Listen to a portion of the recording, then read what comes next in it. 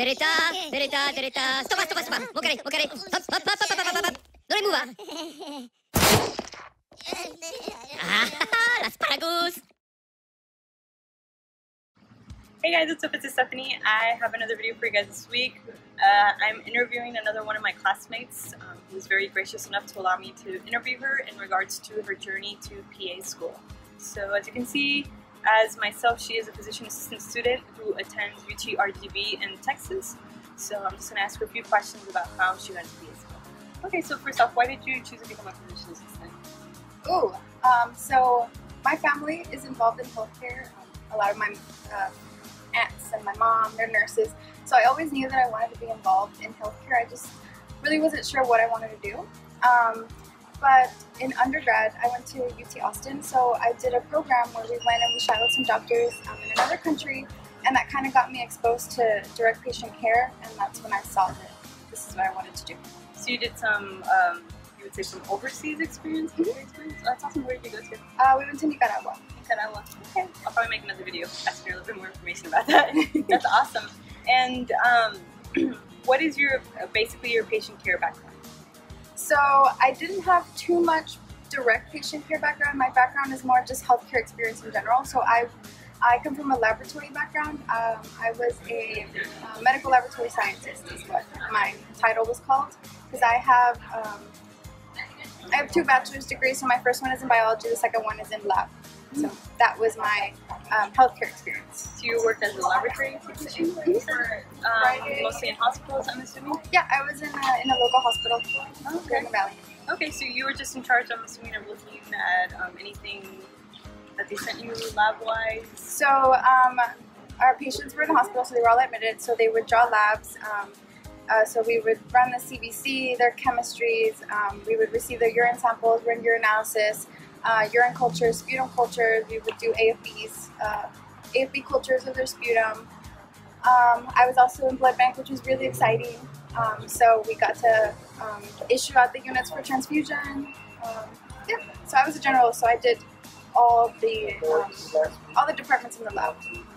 So would you say that this experience helped you? It did. It did. Okay. It really, really did. So this first module was immunology. Yeah. Immunology and hematology. So I had already seen most of these conditions before. We learned them in our CLS program, and I was exposed to them in lab. So when we were talking about coag and PT, PTT-INR, you know, that I did that every day. So it definitely helped me. Okay. And how many schools did you apply to for PA school? I wouldn't recommend this to anyone, but I just applied here. It was my first time. So I kind of put all my eggs in one basket. It was a big risk to take, but it worked out for me in the end. But when did you apply? So I applied kind of late. So the application deadline was in September, right? September 1st. I think I applied mid to late July. July? Okay. Yeah. And when did you get your interview offer? My interview offer was in October, like mid-October, like October 17th.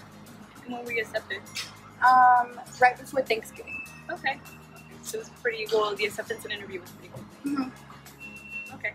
And also another question that I wanted to ask you. How many years did you have working as a lab technician? So I graduated with my CLS degree in December of 2015. So it was about 2.5. If I'm doing the math correctly, it was about 2.5. 2.5 years? Yeah. Okay. And then on top of that, you said you also went overseas, right? How long was that? That was just a 1-week trip. Oh, it was just a 1 week? Okay. And what did you learn from that? So what we would do there is we would get the patient and we would interview them. So we would basically take the history of present illness, just the basic medical interview, and then we would present that to the physician, who was a local physician from Nicaragua, and then he would take over after that. So we got some good patient interaction, we got to practice our interview skills, and then we got to see how the doctor followed up. So it was a good experience. You got to practice your Spanish also. Yeah, for sure. That's awesome. And also, I just want to ask you, what advice do you have to anybody who wants to become a physician assistant or is applying to PA school?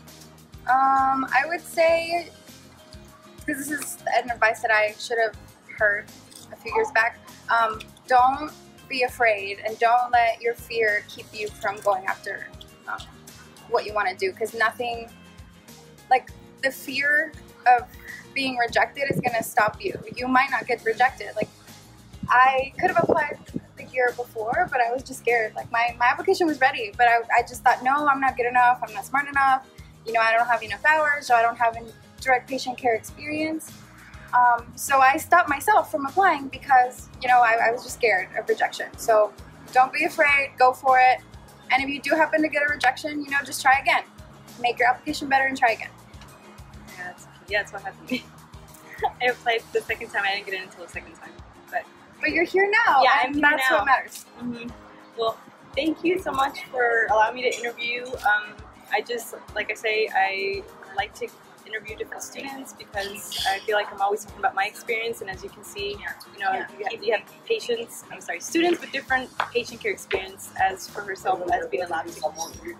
Alright guys, well thank you for watching my videos. If you guys have any comments, any questions or anything like that, just let me know. I can ask them, and I know that they'll be really nice to answer those questions.